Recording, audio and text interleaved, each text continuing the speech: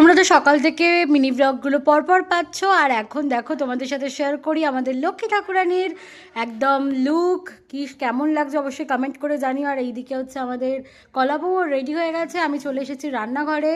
প্রথমেই করছি হচ্ছে পোলাওয়ের জন্য চালটাকে ভালো করে মেখে নিলাম, আর এখানে খিচুড়ি মা বসিয়ে দিয়েছে, একটুখানি নাড়া দিয়ে নিলাম। আর এখন পোলাওয়ের জন্য কাজু ঘিয়ের মধ্যে তেজপাতা কাজু দিয়ে ভেজে নিচ্ছি, তারপরে পোলাওয়ের চালটাকে দিয়ে দিলাম। তারপরে আস্তে আস্তে আমি সমস্ত যে আমার ডিপার্টমেন্টে যে রান্নাবান্নাগুলো ছিল সেগুলো আমি করতে শুরু করে দিয়েছি। এখানে কিন্তু আলুর দমটাও প্রায় কষানো হয়ে গেছে, অল্প করে গরম জল দেবো। আর সাথে সাথে করছি হচ্ছে 7 রকম ভাজা। এই যে দেখতে পাচ্ছ অনেক রকম ভাজা আছে, আর এখানে ভাই সবাইকে সুন্দর করে সাজিয়ে গুছিয়ে দিয়েছে। এখানে আমার গোপু লাড্ডু মাধব বসে আছে, আর এখানে আমি পনিরের প্রিপারেশনটা শুরু করে দিয়েছি। প্রায় আমাদের সমস্ত রান্না শেষের পথে। আর এখানে ময়দাটাও মেখে রাখা আছে, আর পনিরটা দেখো একদম হয়ে গেছে। পনিরটা লাস্ট লুক। আর এখানে আমি সুজি বানাবো, এই যে পনিরটা নামিয়ে এখন সুজিটা বানিয়ে নিচ্ছি।